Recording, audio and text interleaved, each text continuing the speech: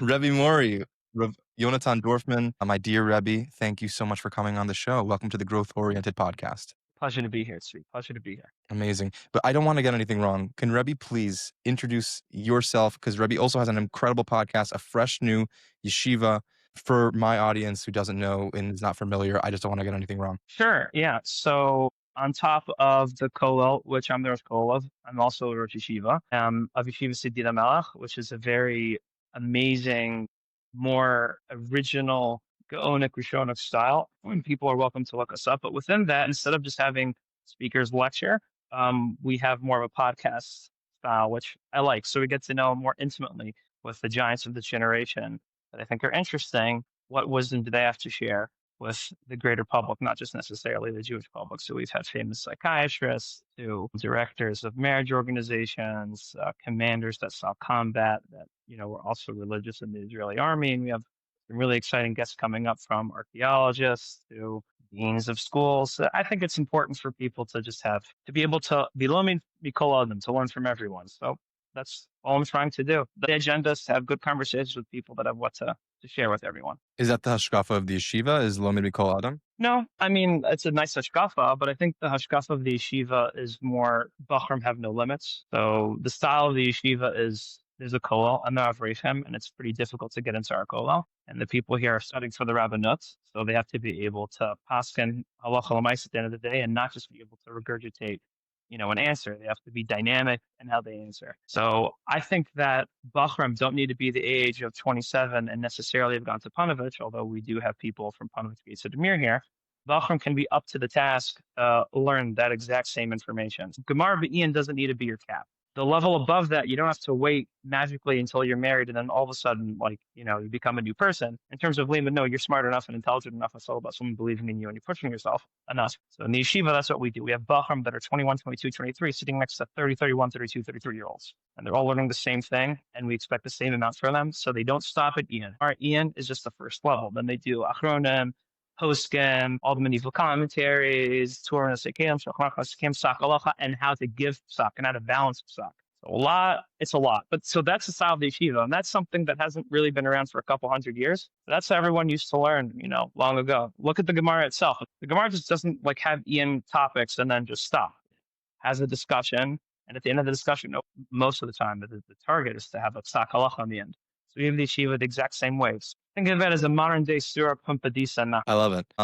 That's so exciting. So I guess for those listening, this is probably going to be a collaborative podcast episode. We're going to be posting it both on my show and on my Rebbe show, on your show. So the topic that I think I'd love to start with is that we were just speaking about this before the show. I think it's insanely difficult to pursue both success in Gashmias and success in Ruchnias. So that's for those who are not new to the show, know that, that's kind of a core thing that I bring up. The reason I bring it up is because it's something that I struggle with myself on a very personal level. I don't ever feel like I'm doing enough religiously. I think I'm always pushing myself very hard to pursue success in my business, which is a high-end videography business based in New Jersey. Selfless plug. So my first question for Rebbe is, what is the appropriate view from a Torah perspective of money, the ultimate manifestation of Gashmias? Well, I mean, I think the right hashkafa is that there is no such thing as balance. I think people use this word a lot. How do you, and I probably do also at times, but I think it's wrong. How do you balance work life with Torah life? How do you balance your family life with certain Torah aspirations or business aspirations? And I think that's a mistake. There's no balance. Everything is God's will if it's correct. So you can be doing the wrong thing by sitting down Shabbos afternoon and learning 4 block Gemara while your wife and 6 kids are all alone wishing that they would spend time with. That might be the wrong choice. It also might be the wrong choice to work until 2 o'clock in the morning because you have to make $100 million a year, whatever the number may be. That could be the wrong choice, right? So I think the guilt that you're feeling is either just satanic and it's just the Yitzhak trying to make you feel bad, or what it is it's trying to tell you you're trying to strike a balance. Instead, what you should be doing is just following the yellow brick road. So what does the Kadosh Baruch Hu want from you? HaKadosh Baruch Hu, Tzvi, I'll just use you as an example. I don't know because I'm not God, but God might want you to be a cinematographer and be successful and be helping yeshivas and organizations be making really critical films, and helping them with fundraising videos and all the amazing content that you're putting out. God might want that as a tachlis for you, which means you should not be learning when you're doing those things. You're doing exactly what you're supposed to be doing. Now, it is you have to ask yourself, should I be spending, does God want that for me 8 hours a day?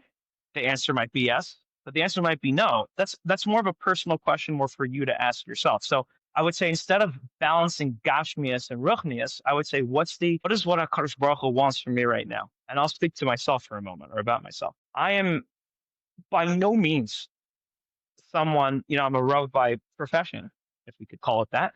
But I'm not ready to live in a 1 bedroom apartment in the middle of the neighborhood and learn 80 vlad a day.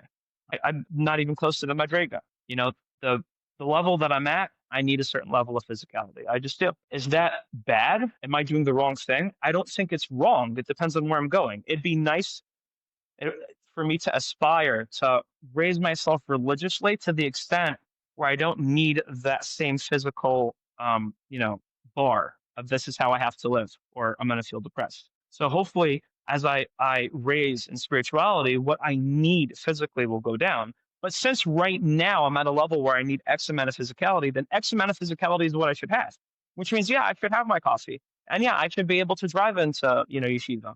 And yeah, I'm sleeping in a room that has air conditioning. But these are not bad things. This is where I'm at, right? If I want to raise myself spiritually, who knows? Tzvi, you and I could be Mashiach. We have no idea where we're going to be in 50 years, right? I don't know We're going to about keep that. plugging. We're going to keep, we'll find out, I guess. Right. We'll keep going and we'll keep plugging and we'll keep trying, and who knows where we'll end up. But you need to know where you're at. And again, instead of striking the balance, doing exactly what's right where you're at. Me, it would be wrong if I threw away my car and threw away my, my air conditioning stuff. In fact, my wife would kill me. She's a wonderful person, by the way, but she's wise. That's why she would kill me. Okay, but I could do that, but that'd be wrong. That'd be wrong to do. Right. My follow up to that, I guess, is how does one distinguish between want and need? And just for context, that family in Bnei Brak, they're alive. They have what they need, I'm sure. So, obviously, I don't believe in comparing your story, your life circumstances to someone else, for better or worse. But sometimes, and this is a perspective offered when you're having a rough time, like, oh, well, it could always be worse, and people are doing just fine with worse. So then I hear that and I think maybe I don't really need all these things that I need. So when it comes to making a parnasa, maybe I don't really need to make X amount that I need because I could just move to the middle of nowhere where it's cheap and I can learn all day, or or just join a community where it's more acceptable and more common to make very little money, maybe mooch off the government a little bit. We're not getting political. But so again, how does someone distinguish between want and need within that context? I think that we look for answers that we already possess. I think most people know the answer to this question, including yourself and myself. The question is how to listen to that voice that we all have. So there's a Sfas Emes I say over and over and over again. I'll very just briefly run through it because it's so critical. But basically, he says that Avram Avinu, when you heard Lech Lecha, go to Eretz Yisrael, that it wasn't a nevuah just for Avram Avinu. It's a baskol that goes out every single day that's calling to every single Jew, go back to Eretz Yisrael. Mhm. And it's up to us if you wish to hear it. And that's why you can find amazing people on birthright who barely even know that they're Jewish, and they have tattoos and a mohawk, and they want to stay in Eretz Yisrael more than the other Rav that you met in insert Chutz La'aretz town there. So why is that? It's because there's a voice. It's an internal voice that's telling them what's right. You're asking me, how does a person know basically what's right? What's the right level for them? I think a person knows. I think if you need your, this type of car or car at all. And it goes from filed all the way up. If you're a teenager, do you need that Xbox or whatever is popular today? But, or that phone, whatever it may be. A person knows the answer to this a lot of the time. We just don't think about it, or when we do, we overthink. Well, that person could do it. Maybe I could do it. Maybe I could balance. Let's just ask yourself simply. I live right now in a 5 bedroom apartment, and it's difficult for me to maintain it. Do I need that? What would happen if I lost a room? Like, instead of making people make all these things, want to speak to yourself honestly. What is your inner voice trying to tell you? Tap into what you really feel. The same thing goes for pretty much anything. I feel like people, should I go to college? Should I do this job? A lot of the times, you know what you should do. We're just seeking someone else to give us some sort of direction or some magic puzzle that's going to pop out of a page that's, of course, talking to our exact issue. But be honest. That's the answer to the question. Be honest with yourself, and you'll know the answer. Right. I mean, I don't know it's so easy for me to be honest with myself. I grew up thinking that the concept of lying to yourself is a very like how could you possibly lie to yourself? How could you possibly tell yourself something that you know is not true? And as I've gone older and I've made a number of mistakes like everyone else and I've had all these experiences, I now know what that means. It's like you're listening to a voice that you know is leading you down the wrong path. Oh, And wait, you see yeah, that? Well, hold on. But the thing that you just said, you're listening to a voice that you know is leading you down on the wrong path. So you can lie to yourself, but you know that it's a lie. You even correct. just said that right now, right? But you So convince I'm yourself talking about how otherwise. do you know that? Okay, but so you can convince yourself otherwise, even though it feels wrong. I'm talking about that second layer, which I feel people don't usually have contact with. That's the Voskal. That's that inner voice. That's that heavenly voice. It's the level under that. So you convince yourself, you lie to yourself, to use your words, of you should do X, Y, Z. But that inner voice is like, no, you shouldn't. But you ignore it because, like, no, you've worked it out, and the stuff, and then you also has made it rationally perfect for you to be choosing that option. Strip that away and like, what do I feel in this moment? This feels wrong, or this feels right, even though it doesn't make sense. And then tap into that. I'm not advocating that people don't think. I'm advocating that people should hear their Voskal first and then begin to think. You Right. know, I that's hear. that's what I'm advocating. I'll just give you one example. Okay, there was a Talmud of mine a couple of years ago, and he really, you know, he did not more than he didn't need his phone. His phone was killing him. His smartphone was killing him. So I said, we should take your smartphone away. And his response to me is, I can't. I need it because I need to get to Tachana Merkazit. I need to get to the central bus station in Yerushalayim. So I need it. And he was convinced about that in the moment. And I just asked him, I said, do you think that that's what God wants from you? The ability to get to Tachana Merkazit? Do you need this on a deep level? And like there was a moment of just like being so surprised. And then he like totally calmed down because he was freaking out. He's like, no. And he just instantly gave it to me. So it doesn't always work that way, but it can. There is an inner voice. You just have to pay attention. Yeah, I had that experience before the show. So I was, if, again, for those listening, I'm in a like a workroom across the hall from my apartment in our building, and I locked myself out of the workroom. I left my keys on this table here, and I couldn't get back in because this door locks. So I'm thinking to myself, my wife is still asleep, and my son didn't sleep too well last night. So my wife ended up holding him, in, like so he's sleeping with her in bed. So I'm like, She's just a oh, Vegas. she is. She's literally on another level. I could not even fathom doing what she does on literally a day to day basis. So I'm thinking to myself, like, this is 10 minutes before our show is scheduled. So I'm like, oh my gosh, like, what should I? So I kind of had that little moment as well. And I was thinking to myself, I could knock on the door or call her and wake her up because she didn't get any sleep. And then my son would wake up and ruin the whole thing. And Rebbe, as much as I love you, I think it's more important that I either don't do the show or show up late than wake up my wife. 100%. So I'm like, shoot, 100%. what do I do? What do I do? And finally I realized I could just go down. You know, it took me like a couple extra minutes to like figure out what I was going to do. I was like pacing, going to like there's like a couple other, maybe there's other people in the, like there's another room down the hall that people use. Maybe there's no one there. It's like, it was like 6:30 in the morning. Yeah, So this is my fault, yeah, by the way, for our listeners. I'm the one that tortured Steve and making him get up so early in the morning. I'm sorry about that. but honestly, I needed this. I really needed this. Okay, great. Givaldic. But yeah, it's all about kind of listening to that voice, I guess. More on that voice. I think there's a deeper thing, and that's like the existential and perhaps philosophical dichotomy between expression and submission in Yiddishkeit.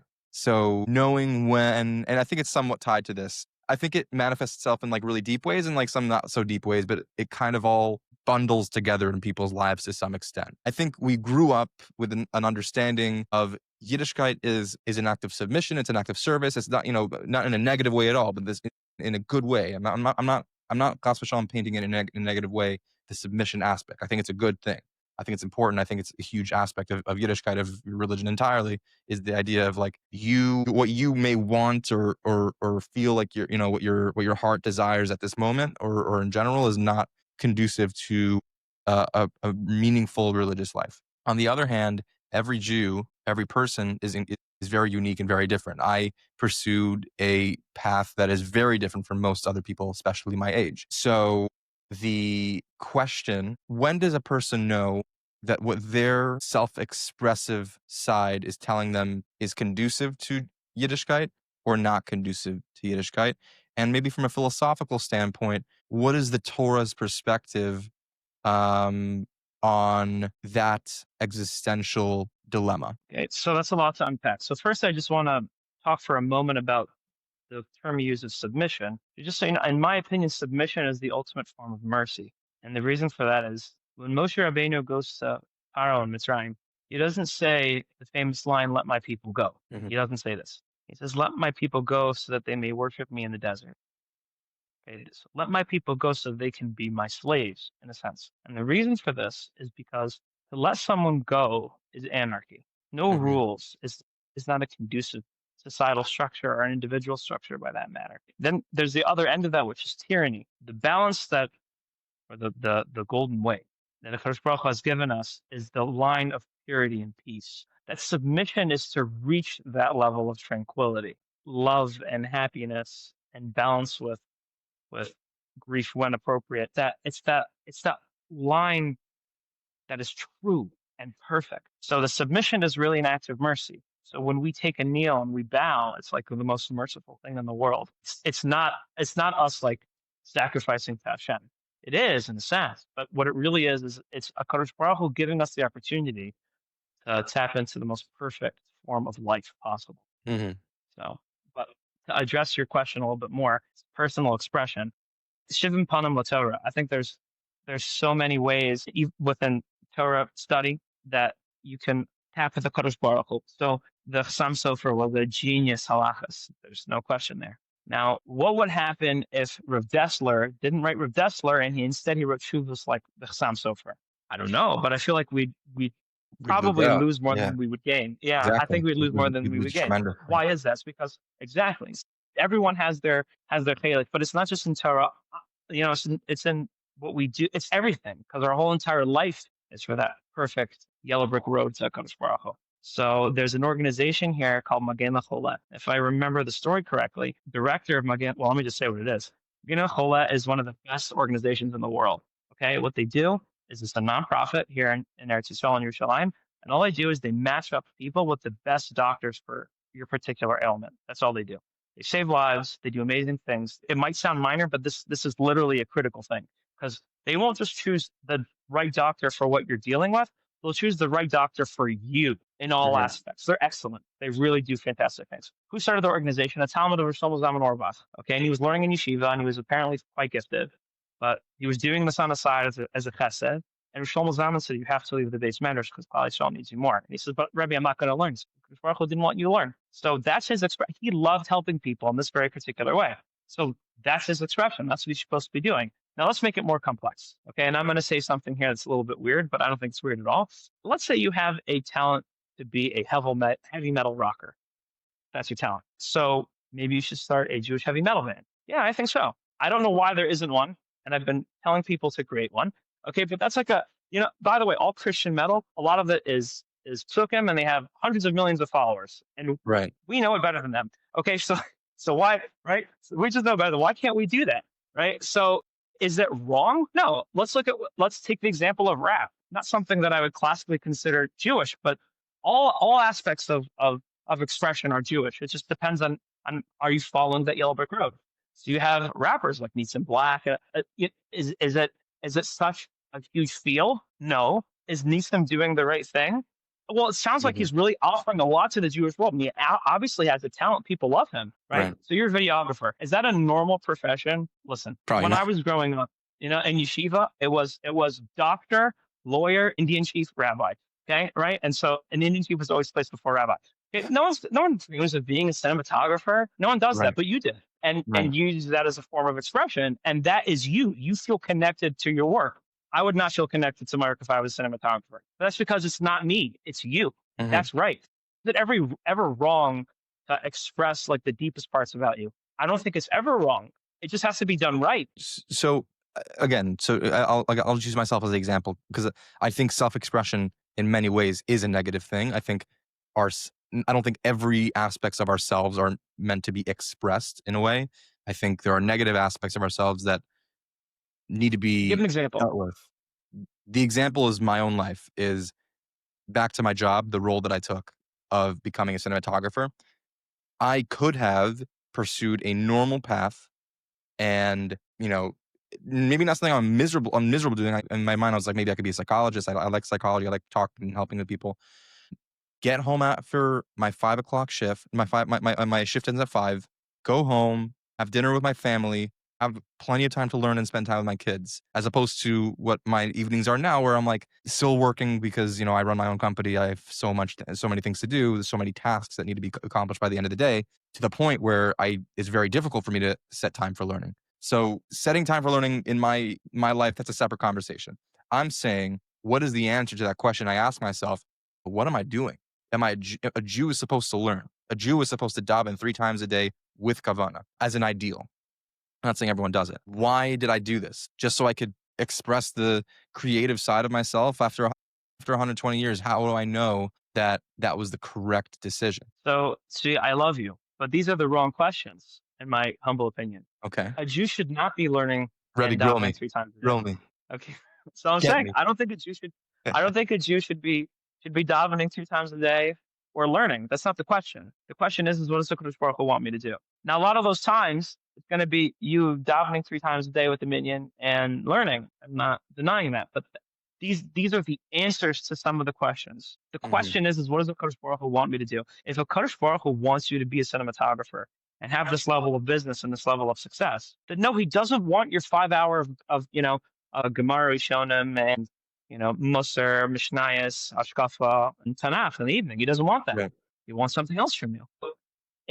Should you feel guilty for not learning? Only if you're doing the wrong thing. If you're doing the right thing, then you shouldn't.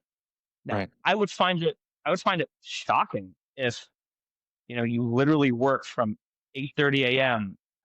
11 p.m. and you have half an hour left in your soul that you're going to spend with your wife until you completely conk out. That Yeah, you're at that level, and so the level of learning that Hashem needs from you is the 2 minutes that you have at your little lunch break. Is it possible? It's theoretically possible. Do I think that that's the reality? As great as you are, Tzvi, and I'm a huge fan of yours, and you know that. I don't think that you're necessarily at the 2 minute mark.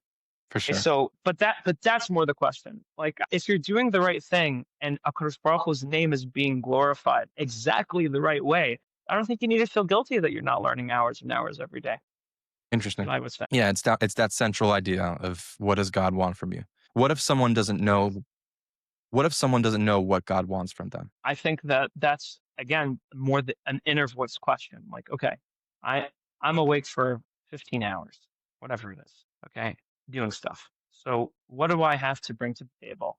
So you're kind of a little bit of a different case because you have a fairly novel way of going about the world. You're pumping out media. You're creating a lot of content, and not just for yourself, but for other people as well, for yeshivas and very chashuv causes. Let's make it a little simpler, just so we understand a little easier. Let's say you have an accountant. So you're an accountant in a firm, and there's 30 other accountants in that firm. Okay. So how much does a Kadosh Baruch Hu need what you're doing? Well, why are you doing what you're doing? You're a member of a firm, and the firm has nothing really to do with Yiddishkeit, let's say.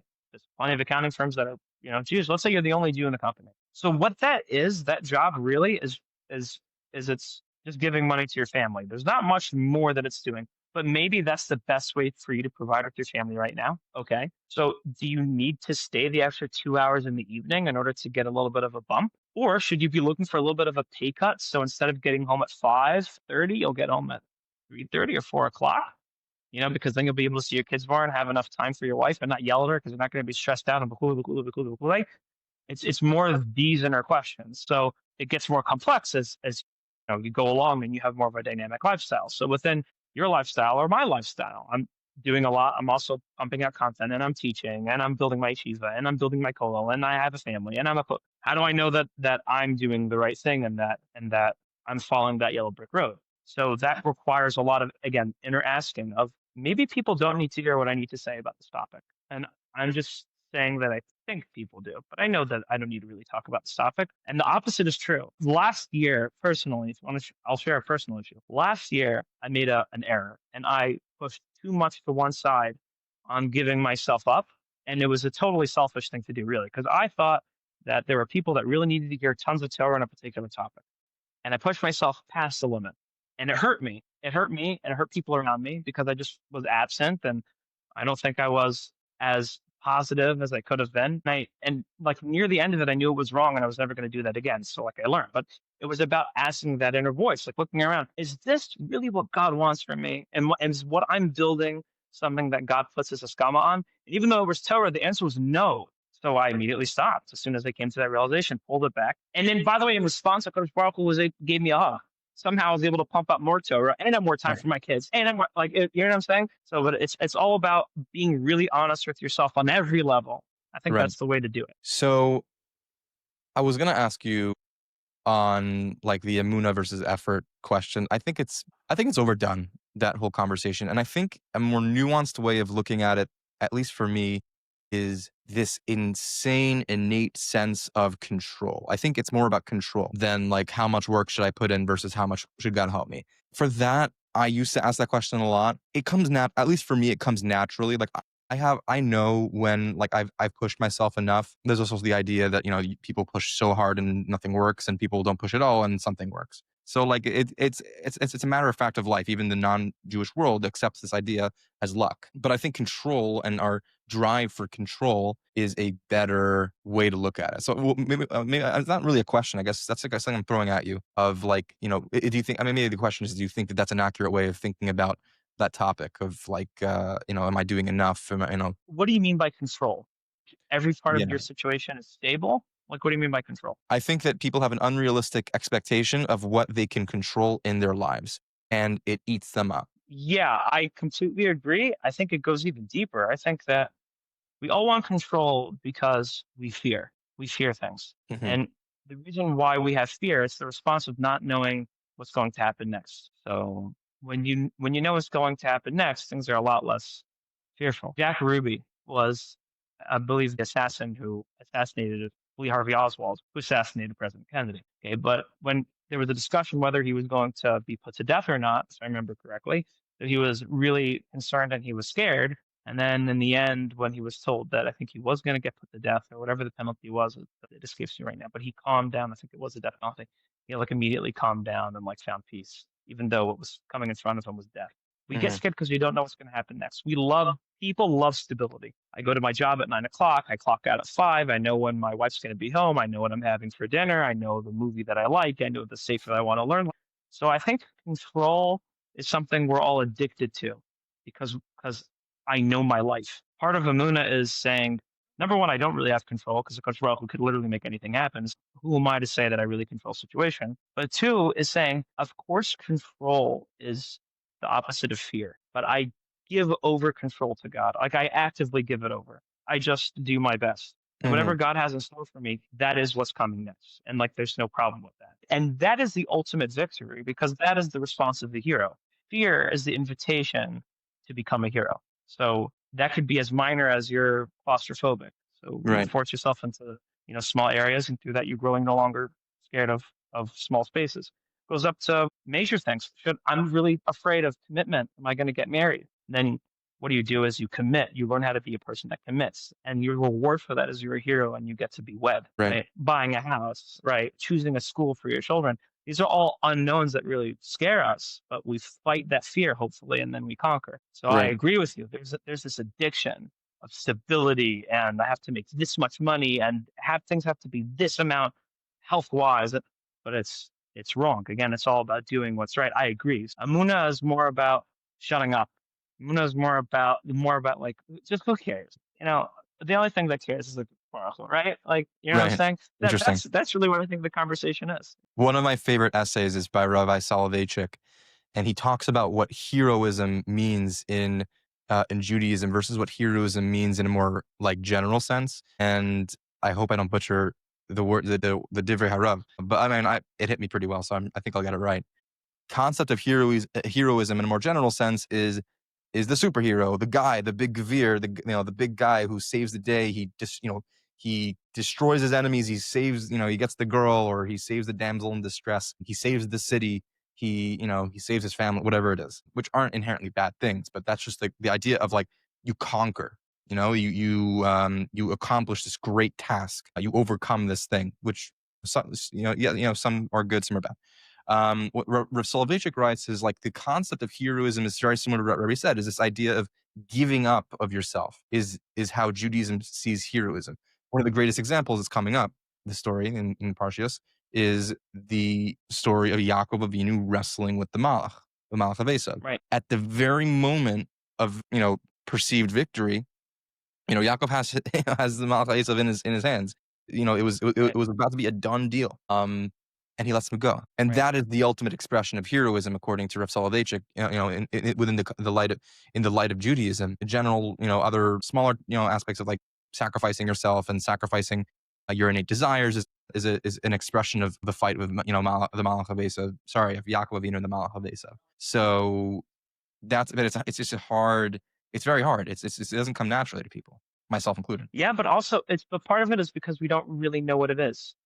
We just we have fear, so we run away.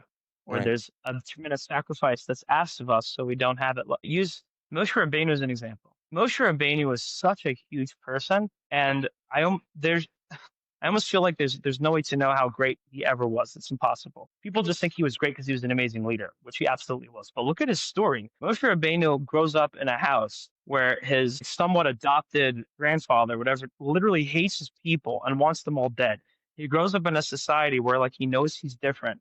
He witnesses murder. He runs away, and then he's asked from God. Not just what that's a very intimidating. He's asked from God to do something in which Moshe Rabbeinu was terrified of doing. He's really scared, but he does it anyway. Like Moshe Rabbeinu as a total hero. And just Lahabda Alf of Dulles, okay, just to talk about superheroes for a second, just to show Sure. superheroes aren't really great. When I was a kid, Superman was like fun, but he's not impressive. He's super strong. Sometimes he has to fight kryptonite, and that's pretty much it. Superman is not interesting. If you want to talk about an interesting superhero, let's talk about Batman. Right. Batman gets Exactly. depressed, right? His Right. parents die. He falls into depression. He's terrified of bats, and he embraces his fear and depression, climbs above it, and instead he uses it to fuel him doing good. Batman is a hero, Right. right? So it's this sort of thing that we need to be looking at. Wallow in People wallow in their depression and their depravity and negative things they do, and they feel guilty, and they never move past it, or they never do anything with it. They try to get onto the next part of life so that they'll experience more depravity or whatever. Or hopefully they'll get a dopamine hit. But the response is something negative happened. I did something wrong or something negative happened to me. This is an invitation for me to become great, right? God chose that I should get the invitation today. Not everyone gets the invite of their car blowing up. I don't want my car to blow up, but if God makes my car blow up, right, then Right.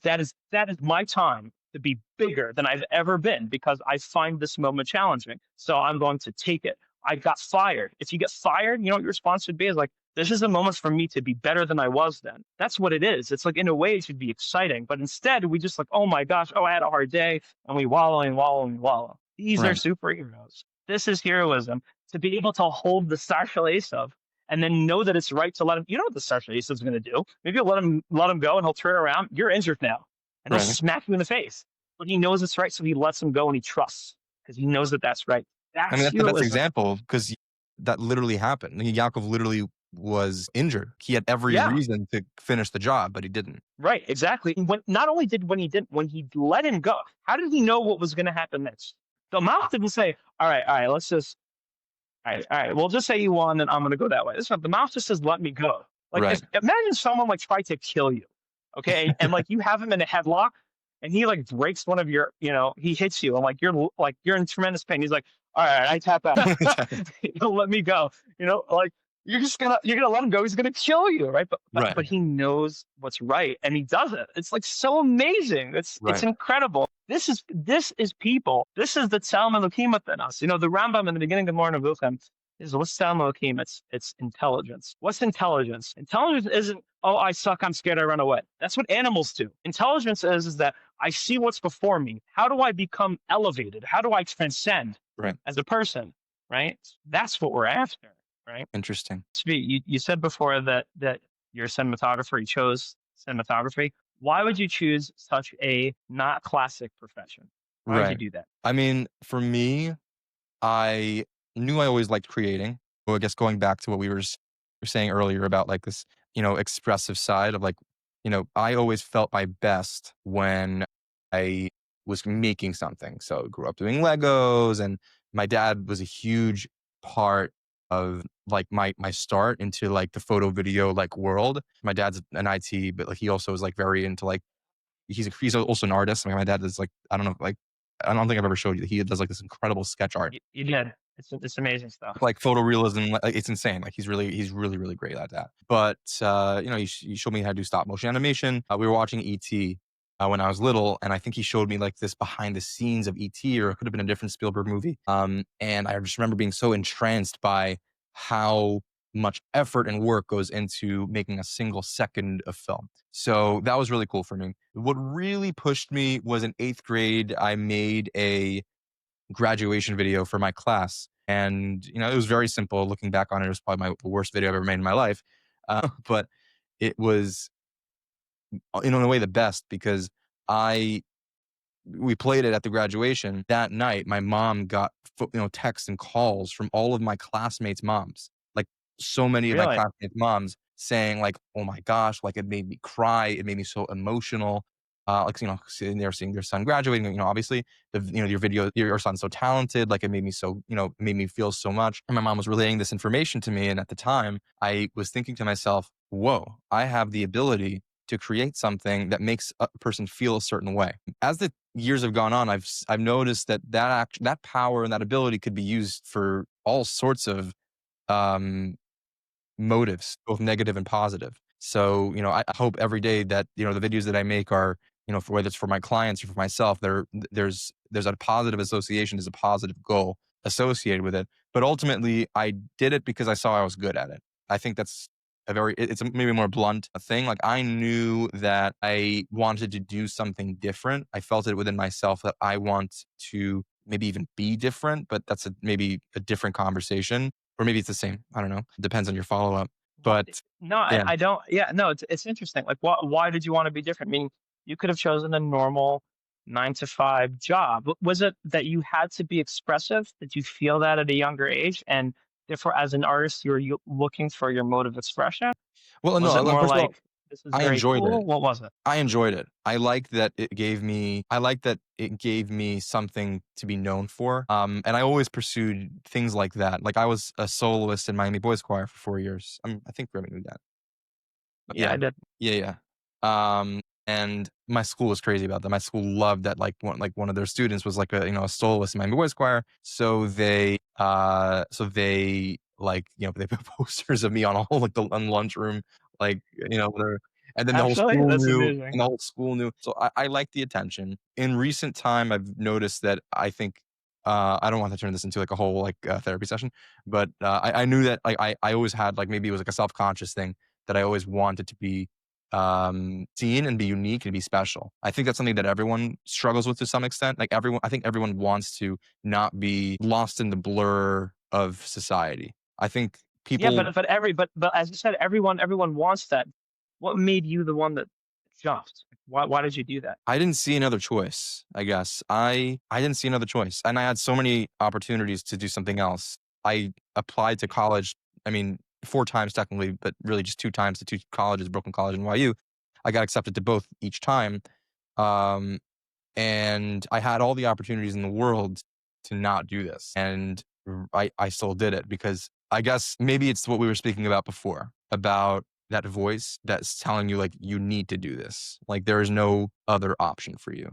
And I think about that today. I mean, if I see that, one day something comes along, maybe AI takes my job first and I'm out of a job, then I'll do something else. And because ultimately, the reason I do it now is because my most meaningful goal is not to make videos, support my family, and to raise a bias Neman, and to raise children who are Abdei Hashem. But yeah, I guess maybe it was just me following that little voice in my head that said this is what you need to be doing. Like, So people that had that sort of background, it's either that inner voice of this is right, or it's like an obsession. Which one would you categorize it more for you? a little bit of both. My wife will definitely say it's an obsession because all I talk about is work and videography and what's the next camera I want to buy. I don't know. It's hard. I guess it's hard to know what the difference is. It's hard to know when it's something meaningful and when something is an obsession. I never thought of it like that actually. I mean, I do in a way, but I never thought of it as like either obsession or like your calling. And do you feel like is it you said before you love creating. Is this the way that you paint paintings? Is Do you feel this is the creative side of you that gets to be artistic? Is that how you look at it, or do you look at it more as like this is a nice medium of me to help people? Because it can be both, but like what's it tapping in within you? Curious. It's changed over time for sure. It's definitely changed. It started out like just creating. Like I started out thinking like I'm going to Hollywood and I am going to be a film producer in Hollywood or a director in Hollywood. And that has shifted in many ways. I'm still kind of pursuing the same path of cinematography and video production. Now it's manifested itself into just I'm running a business. So, and this is more of a recent development. Like I used to be like not happy that I what's it called? I used to be like unhappy that I'm like stuck doing schools and yeshiva videos because like, what am I doing with like I'm like filming like a bunch of preschoolers picking their nose, and like that used to be like what am I doing with my life? And then I'm like, wait, I am offering a service that is actually really really helpful to my clientele, to my prospects. This is just business. I'm just running a business, and this is what my business does. And I shifted it like that. So now it's more of like I'm running a business that I want to be majorly successful. So not everything I do has to be like a groundbreaking creative project, and I'm very content with that now. Like I'm very happy, and that might change. I might get really, really like I might get a bug to make something really creative. And Baruch Hashem happens to be a lot of my stuff is creative right now. Like I always offer creative solutions for things. So because like I do still enjoy making creative things, but ultimately it's really just that I'm running a business and I'm still doing what I love. I love making. I love the process of creating videos, even if it's not a groundbreaking, doesn't like satiate my creative thirst. I guess I don't know. Are you an artist? What's an artist? You tell me what you think an artist is. I think an artist is somebody who wants to send a message to the world in a way that is authentic to themselves. That might be wrong, but that's the that's the definition that popped in my head. I never like thought of it, I guess. I think what Okay, are you all an artists artist have then? in common. I guess so, to a certain extent, yeah. I would call myself an artist within that context. Within that context, well, if that's what an artist is, that's the only context now. Okay, fine. Fair enough, yeah. According to my definition of an artist, I'm an artist. Do you feel that way, or do you feel like a businessman? No, I definitely feel more like a businessman now, but that's because of that shift. And at first I thought it would be like a sacrifice, but I realized like the goals that I'm setting for myself are so high from I'm saying the financial goal that I need to hit in order to, sustain my family is such a high, well, we can talk about this as well, like the crazy expectation of living in Chutz La'aretz. Whether we move to Israel or not, I have no idea. But in case we do end up staying here, which now is looking a little bit likely, but I'm not sure. In any event, there's an expectation that you need to make a lot of money, more so for myself because I'm the one who's making my own path. I'm not relying on any guardrails or bumpers, bowling reference, bumpers that anyone else has set for me. I'm not joining a company that has existed for 20 years that is, a huge accounting firm or bank or anything. I'm setting my own path. So for me, I realized early on that I need to make a lot of money and I can't necessarily do Why? that. Why? I don't understand that. Why do you need to make a lot of money? I would say, if anything, Tzvi, the thing that put you on the map is you were you, right? You were some Okay. kid and yeshiva here in Eretz Yisrael, and you said, "I'm just going to do this thing," and it Right. was from an artistic point of view. What happened is that you reached a certain level of artistic talent, and then you got a lot of bikush, and then you started building a business. Why can't you be an artist? Maybe instead of live, I don't know. I think you live in, I don't know. Actually, do you remember? Team. Maybe I shouldn't say it. Okay, That's it's fine. You said it. All right. Okay, but instead of living in Brooklyn, let's say, okay, maybe you live in, I don't know, Arizona. Like, why? Why do you feel the pressure of money so much, and do you think that that's right? If you feel that you do have this huge, amazing creative side to you that you could bring out and help a lot of people with in that way, because that's really the thing that makes you unique. Yeah, you can put videos together, and yes, you indeed are talented, but which is clear from your clientele. The reason people keep coming back and they're telling their friends is because you're good. But you have this artistic side that you feel like you're using less. Why not tap into it? So, I guess again, I don't want to make it all about me. I want to see like how much I could like it could be like related to others. I can answer for myself that it's not so much that it's like diminished so much. I'm just prioritizing. I hear what you're saying. It goes back to your question, I guess. You're saying why do that? Like why prioritize money over my creative side? Because I listen, there are people out there, Jews and non-Jews, who are ultimately pursuing a creative and artistic life where they are doing what they love all the time. And that can even go for people who are in kollel, people who are learning, people who are not prioritizing money. And this, again, this goes back to what I was saying about self-expression versus submission, that there are, like a Jew should ask himself, what is my tafkid? What does God want from me? But when do you know when to raise or prioritize what you innately want to do with your life versus what you think Hashem wants from you in your life? And like where that conflicts is again the learning time, the davening time. There's a lot of this the practical. Sometimes it's existential, but so yeah. So for me, I decided that I knew for me like a cola life is not for me, like the for sure, or a purely artistic life is not for me because ultimately I just it's not that I feel like I'm sacrificing much. It's that I am prioritizing something new or something that I think is of higher importance. So for me, what's of higher importance is earning a parnasa for my family. That for me is always going to be if I had to decide between doing video production and making money for my family, I'm obviously going to choose the latter because for me, it's not like I'm like sacrificing this huge.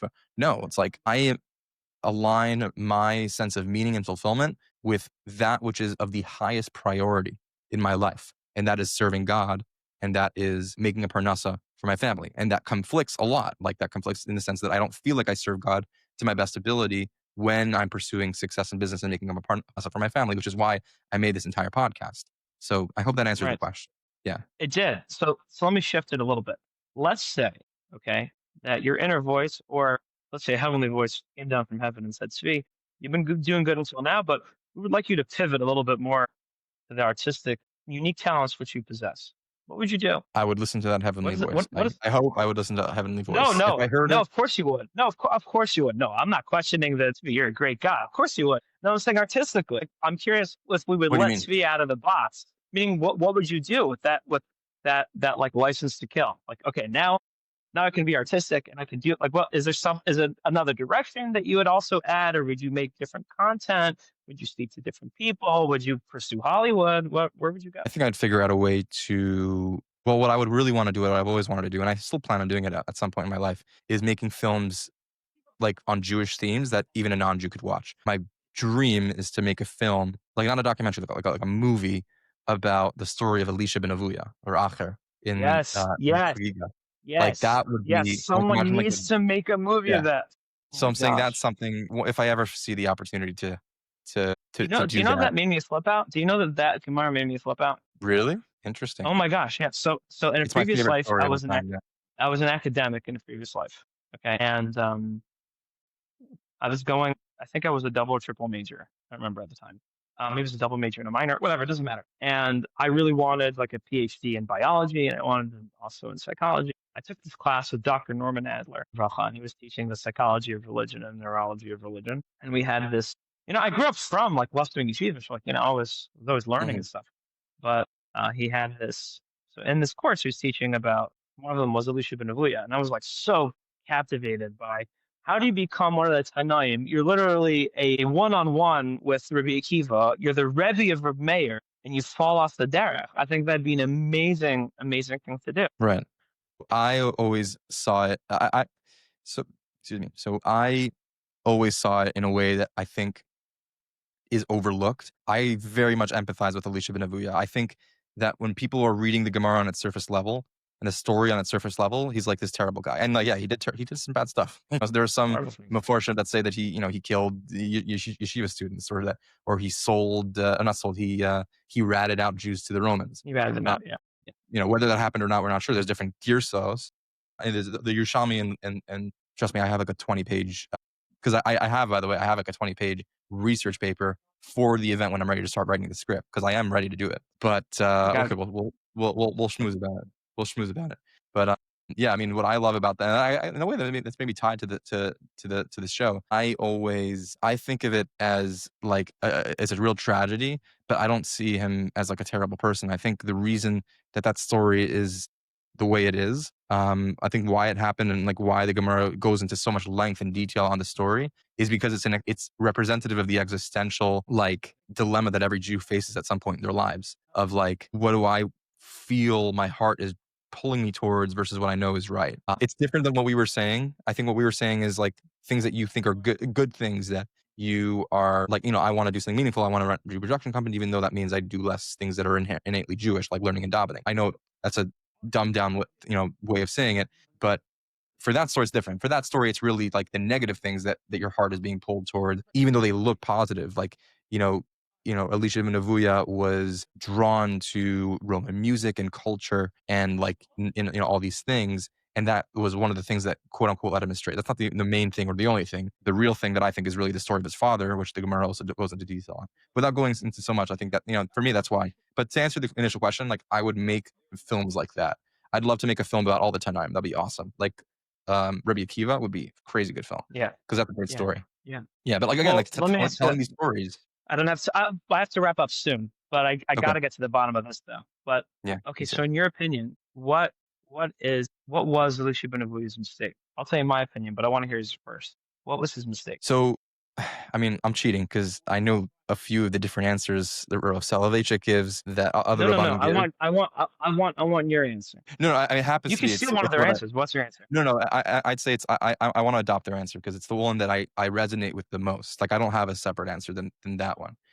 For when for something like a Gemara, I feel like I need to.